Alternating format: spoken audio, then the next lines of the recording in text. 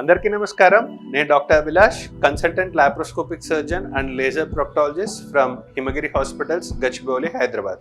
ఈ వీడియోలో మనం అసలు పైల్స్ అనేవి ఎందుకు వస్తాయి, సర్వసాధారణంగా మన హైదరాబాద్లో చూసుకుంటే నాన్ వెజ్కి హైదరాబాద్ ఎంత ఫేమస్సో ఈ పైల్స్ ఫిషర్ జబ్బులకు కూడా నాన్ వెజ్ బాగా తినడం వల్ల మనకి హాస్పిటల్స్లో చూసుకుంటే ఓపీడీస్లో సగానికి సగం మంది ఈ పైల్స్ ఫిషర్ ప్రాబ్లంతో మనకు రావడం జరుగుతుంది. సో అసలు ఈ పైల్స్ ఫిషర్ ఏంటి, ఎందుకు వస్తున్నాయి, నాన్ వెజిటేరియన్కి ఈ పైల్స్ ఫిషర్కి అసలు సంబంధం ఏంటి అనేది ఈ వీడియోలో చిన్న డయాగ్రామ్స్ ద్వారా క్లుప్తంగా చెప్పుకుందాం. టు స్టార్ట్ విత్, మనకు చూసుకుంటే మనకు ఎక్కువ మంది ఎట్లాంటి ప్రాబ్లమ్స్ వస్తారో అని చూసుకుంటే మోషన్లో రక్తం పడినట్టు వస్తూ ఉంటారు. సో ఆ మోషన్లో రక్తం పడడానికి మనకు 1,00,000 కారణాలు ఉంటాయి. ఎందుకు అని చూసుకుంటే మనకు మోషన్లో బ్లడ్ పడింది అంటే ఈ యానస్ భాగంలో నుంచి బ్లడ్ బయటకు వస్తున్నట్టు. కానీ ఇదంతా ఒకే సింగిల్ పైపు, 6 మీటర్ల పొడుగు ఉన్న పైపు కాబట్టి ఆ 6 మీటర్ల పైపులో ఎక్కడ మనకు బ్లీడింగ్ అయినా కూడా మనకు అల్టిమేట్లీ మోషన్ ద్వారానే ఆ బ్లీడింగ్ అనేది బయటికి వస్తూ ఉంటుంది. సో మోషన్లో బ్లడ్కి 1,00,000 కారణాలు ఉన్నప్పటికీ కూడా ముఖ్యంగా సర్వసాధారణంగా ఎక్కువ మంది, ప్రపంచంలో ఎక్కువ మందికి ఉండే కారణం ఏంటి అని చూసుకుంటే ఈ పైల్స్ కానీ ఫిషర్ కానీ అంటారు. సో ఆ పైల్స్ ఫిషర్ అనేది ఓన్లీ ఈ చివరి పెద్ద పేగుల యొక్క ప్రాబ్లం మాత్రమే అని చెప్పచ్చు. సో అసలు ఏంటి ఆ పెద్ద పేగుల్లో ఆ చివరి భాగంలో అంటే ఆ రెక్టమ్ అండ్ యానల్ కెనాల్లో ఎట్లాంటి మార్పులు జరిగితే దాన్ని పైల్స్ అంటాము అని చూసే ముందు మనకు అసలు బాడీలో ఏం పార్ట్స్ ఉంటాయి అని చూసుకుంటే ముఖ్యంగా ఆ చిట్ట చివరి 5-10 సెంటీమీటర్ల పెద్ద పేగుల భాగాన్ని చూసుకున్నట్లయితే దాన్నే పై పోర్షన్ని మనం రెక్టమ్ అని అనడం జరుగుతుంది, కింద పోర్షన్ని యానల్ కెనాల్ అని అనడం జరుగుతూ ఉంటుంది. సో సామాన్యుడికి అర్థమయ్యేలా చెప్పాలి అంటే ఈ రెక్టమ్ అనబడేది ఒక డ్యామ్ లాంటిది అండ్ ఈ యానల్ కెనాల్ అనేది డ్యామ్ గేట్స్ లాంటివి అనుకుందాం.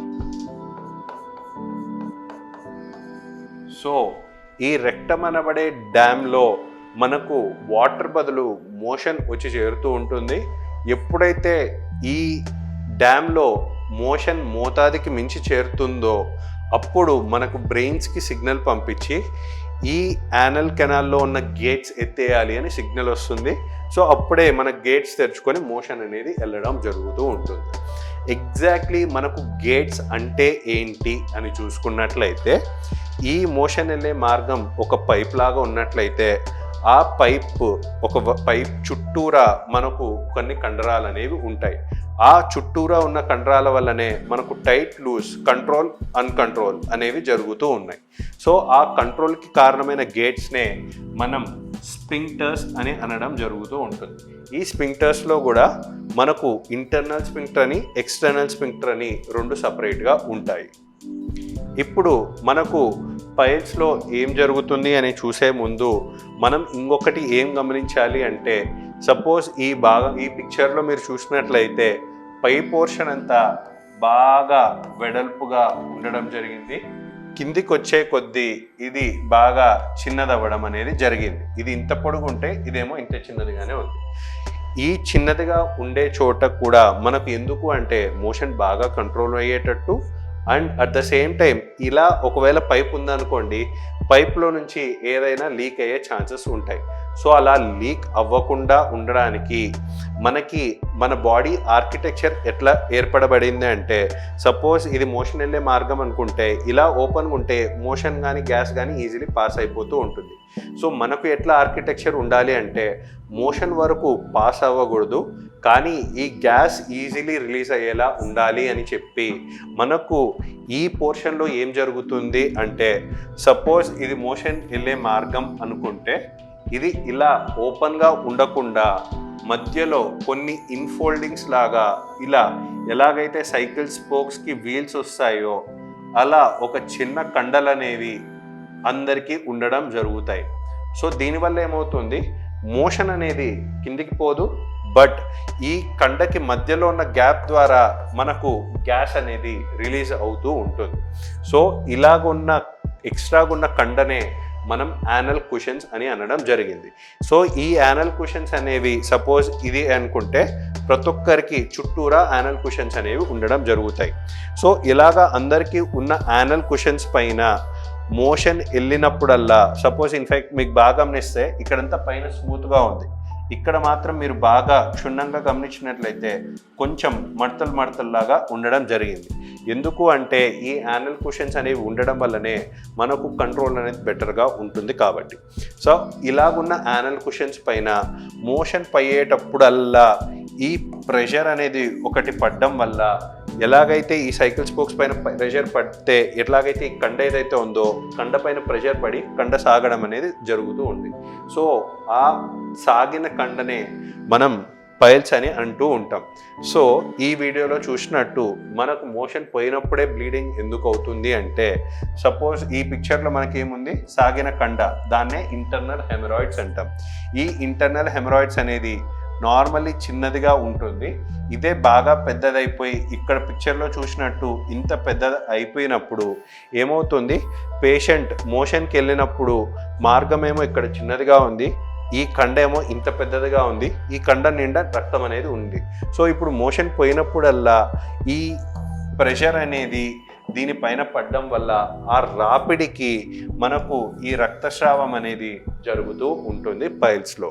సో ఇప్పుడు మరి దీనికి ట్రీట్మెంట్ ఏంటి అని చూసుకున్నట్లయితే దీంట్లో కూడా మనకు స్టేజెస్కి అనుగుణంగా మనకు పైల్స్కి ట్రీట్మెంట్ అనేది కూడా డిసైడ్ అవుతుంది, మెడిసిన్సా సర్జరీనా అని.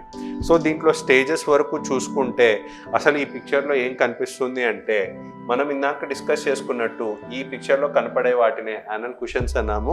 సో గ్రేడ్ 1లో ఏమవుతుంది అంటే నార్మల్ యానల్ కుషన్ ఒకవేళ ఇది అయితే నార్మల్ ఫ్లాట్గా ఉన్నట్లయితే వీరిలో మాత్రం గ్రేడ్ 1లో నార్మల్ కంటే కూడా కొంచెం సాగినట్టు కండ సాగడం జరుగుతుంది. ఇది గ్రేడ్ 1లో. బయటికి మలద్వారం దగ్గర ఏమీ మార్పులు అనేవి గమనించవు, బయటికి కండ ఏది కనిపించదు. అదే గ్రేడ్ 2లో చూసుకున్నట్లయితే ఇది నార్మల్ యానల్ కుషన్ అయితే గ్రేడ్ 2లో ఏమవుతుంది, కొంతవరకు సాగి మోషన్కి వెళ్ళేటప్పుడు చేతికి తగులుతుంది. వన్స్ మోషన్ వెళ్ళిపోగానే ఆ ప్రెషర్ అనేది ఇక లేదు కాబట్టి సాగిన కండ కాస్త మళ్ళీ లోపలికి వెళ్ళడం అనేది గమనిస్తూ ఉంటాం. అదే గ్రేడ్ 3లో ఏమవుతుంది, ఇలాగుండాల్సిన యానల్ కుషన్ కాస్త బాగా సాగి బయటికి వచ్చి బయటే ఉండి పేషెంట్కి మోషన్కి వెళ్ళిన తర్వాత తనంతకు తాను లోపలికి తోయాల్సిన అవసరం పడుతూ ఉంటుంది. సో అదే గ్రేడ్ 4లో చూసుకుంటే వన్స్ బయటకు వచ్చేసి అది బయటే ఉండిపోతుంది, లోపలికి తోసినా కూడా లోపలికి పోయే సమస్య ఉండదు. సో ఇప్పుడు ఎవరికి ట్రీట్మెంట్ అవసరము అని చూసుకుంటే ట్రీట్మెంట్ ఎలా స్టార్ట్ చేయాలి అని చూసుకుంటే ఏ స్టేజ్ పైల్స్లో వాళ్ళకైనా 100% ఫస్ట్ తీసుకోవాల్సింది ఏంటంటే డైట్. ఆహారంలో పీచు పదార్థం అనేది తీసుకోకపోతే రాపిడ్ అనేది ఎక్కువ జరుగుతుంది. కాబట్టి ఇప్పుడు మీరే గమనించవచ్చు, ఇక్కడ చూస్తే మార్గం అనేది బాగా వెడల్పుగా ఉంది. అదే ఈ గ్రేడ్ 4 పైల్స్లో చూసినట్లయితే ఇది ఇంత ఉంటే ఇక్కడ చూడండి మార్గం అనేది చిన్నదైపోయింది. సో చిన్నదైపోయిన తర్వాత సపోజ్ ఎట్లా చెప్పచ్చు అంటే ఒకవేళ ఒక డోర్ ఉంది, ఆ డోర్లో ఒక 60 కేజీల వ్యక్తి ఉన్నాడు, ఒక 120 కేజీల వ్యక్తి ఉన్నాడు. ఆ డోర్లో 60 కేజీల వ్యక్తి అనే అతను ఈజీగా పాస్ అయిపోయి వెళ్ళిపోతాడు తప్ప అదే 120 కేజీల బరువు ఉన్న వ్యక్తి అతి కష్టంగా రాపిడిగా దూర్చుకొని వెళ్ళాల్సి వస్తూ ఉంటుంది. అదేవిధంగా మనకు మోషన్ అనేది సాఫ్ట్ అయితే ఈ మార్గం ద్వారా ఈజీగా వెళ్తూ ఉంటుంది. అదే మోషన్ నాన్ వెజ్ కానీ మైదా ఐటమ్స్ కానీ ఎక్కువ తింటే మోషన్ గట్టిపడి రాపిడి ఎక్కువ కాజ్ చేసేసి దానివల్ల బ్లీడింగ్ అనేది మనకు దారితీస్తూ ఉంటుంది. సో అలా జరగకుండా ఉండాలి అంటే ఆహారంలో పీచు పదార్థం అనేది బాగా తీసుకుంటూ ఉండాలి. సో స్టేజెస్ వైజ్ ట్రీట్మెంట్లో ఎట్లా డిఫరెన్సెస్ వస్తాయి అంటే స్టేజ్ 1 అండ్ స్టేజ్ 2 వాళ్ళకి మోస్ట్లీ మందుల ద్వారాను అండ్ ఆహార నియమాల ద్వారాను డిసీజ్ని సరిచేయవచ్చు. అదే గ్రేడ్ 3 కానీ గ్రేడ్ 4 కానీ వస్తే వీరికి ఆల్రెడీ బాగా పెద్దవిగా ఉన్నాయి కాబట్టి తప్పకుండా వీరికి సర్జరీనే మార్గం అవుతూ ఉంటుంది. సో సర్జరీలు కూడా మనకు చూసుకుంటే మనకు పైల్స్కి మీరు సెర్చ్ చేసినట్లయితే అనేక రకమైన ఆప్షన్స్ అనేవి గమనిస్తూ ఉంటాం. స్టేప్లర్ సర్జరీస్ అని, ఇన్ఫ్రారెడ్ సర్జరీస్ అని, లేజర్ సర్జరీస్ అని, క్షారసూత్ర అని, బ్యాండింగ్ అని ఇదివరకు చేసేవాళ్ళు, ఇప్పుడు ఎక్కువ మంది మనకు చేయట్లేదు. సో వీటిలో కూడా మార్గం చేసే ట్రీట్మెంట్ డిఫర్ అవుతుందే తప్ప ఆల్మోస్ట్ ఈ స్టేప్లర్ సర్జరీలో మనకి ఎక్స్ట్రాగా ఉన్న కండనంతా కట్ చేసి తీసేయడం జరుగుతుంది, బయటికి ఏం కట్టింగ్ లేకుండా. అదే మనకు మోస్ట్ అడ్వాన్స్డ్ ట్రీట్మెంట్ ఇప్పుడు ప్రస్తుతానికి ఏంటి అంటే మనకు లేజర్ ట్రీట్మెంట్ అని చెప్తాము. సో ఈ లేజర్ ట్రీట్మెంట్ వల్ల అడ్వాంటేజెస్ ఏంటి అని చూసుకుంటే మీ పిక్చర్ ముందు కనపడేదే మనకు మెడికల్ ఫీల్డ్లో యూజ్ చేసే లేజర్ అనుకుంటే. సో మీరే గమనించవచ్చు ఈ లేజర్ అనేది ఎలాగుంది, ఒక పెన్ లాగా ఉంది. ఈ పెన్లో కూడా ఇది చిన్న రీఫిల్ యొక్క టిప్ అంత సన్నగా మనకు చిన్నదిగా ఉంది. సో మనకు లేజర్ వల్ల అడ్వాంటేజెస్ ఏంటి అంటే ఇంతే చిన్న కోతతో, అంటే మనకు పెన్తే డాట్ పెడితే ఎంత పెద్ద చుక్క వస్తుందో అంతే చుక్క కోతతో మనకు ఈ లేజర్ ప్రోబ్ని లోపలికి పైల్స్లోకి, అంటే ఇక్కడ కనిపించేదాన్నే మనం ఈ సపోజ్ పైల్స్ అనుకుంటే ఆ పైల్స్ లోపలికి వెళ్ళి ఈ పార్ట్నంతా మనం ఆ లేజర్తో బర్న్ చేసేయడం జరుగుతూ ఉంటుంది. సో ఇప్పుడు బర్న్ చేయడం వల్ల ఏమవుతుంది, ఇలాగున్న కండ కాస్త బాగా చిన్నదైపోయి ష్రింక్ అయిపోయి నార్మల్ అయిపోవడం అనేది మనం గమనిస్తూ ఉంటాం. సో లేజర్ వల్ల ఎటువంటి అడ్వాంటేజెస్ ఉంటాయి అంటే కటింగ్ చేసి కోసి తీసేదంటూ ఏమీ ఉండదు, లోపలికి వెళ్ళి బర్న్ చేయడం మాత్రమే జరుగుతుంది. సపోజ్ మీరు ఎవరైనా చికెన్ షాప్కి వెళ్ళినట్లయితే బయట వాళ్ళు చికెన్ ఫ్రెష్ ఇన్ఫెక్షన్స్ అన్నీ ఉండకూడదు అని బయట ఫస్ట్ ఒకసారి మీకు ఆ హీట్ అనేది అప్లై చేస్తారు. ఆ హీట్ అప్లై చేసినప్పుడు ఎట్లయితే ఆ చికెన్ యొక్క చర్మం అనేది ష్రింక్ అవుతూ ఉంటుందో అలాగే మనకు ఈ లేజర్ సర్జరీ ద్వారా పైల్స్కి చేసినట్లయితే ఆ సాగిన కండ, ఆ రక్తం నిండిన కండ కాస్త బాగా ష్రింక్ అయిపోతుంది. సో కట్టింగ్ అనేది ఏమీ లేకుండా, పుండు అనేది ఏమీ లేకుండానే మనకు లేజర్తో సర్జరీ అంతా అయిపోతుంది. సో అడ్వాంటేజెస్ పరంగా చూసుకుంటే కోత అనేది ఉండదు, కటింగ్ అనేది ఏమి ఉండదు, అండ్ రికవరీ పరంగా ఫాస్టెస్ట్ రికవరీ అనేది మనకు లేజర్తో గమనిస్తూ ఉంటాము. ఈ ఫెసిలిటీస్ అన్నీ కూడా మన హిమగిరి హాస్పిటల్స్ గచ్చిబౌలి హైదరాబాద్లో అవైలబుల్గా ఉన్నాయి. సో మనకి ఒకే రోజులో ఆర్ మార్నింగ్ వచ్చి నైట్ కల్లా మనకి ఈ లేజర్ ట్రీట్మెంట్ అంతా తీసుకొని డిశ్చార్జ్ అయ్యే ఫెసిలిటీస్ అన్నీ కూడా మన హిమగిరి హాస్పిటల్స్ గచ్చిబౌలిలో అవైలబుల్గా ఉన్నాయి.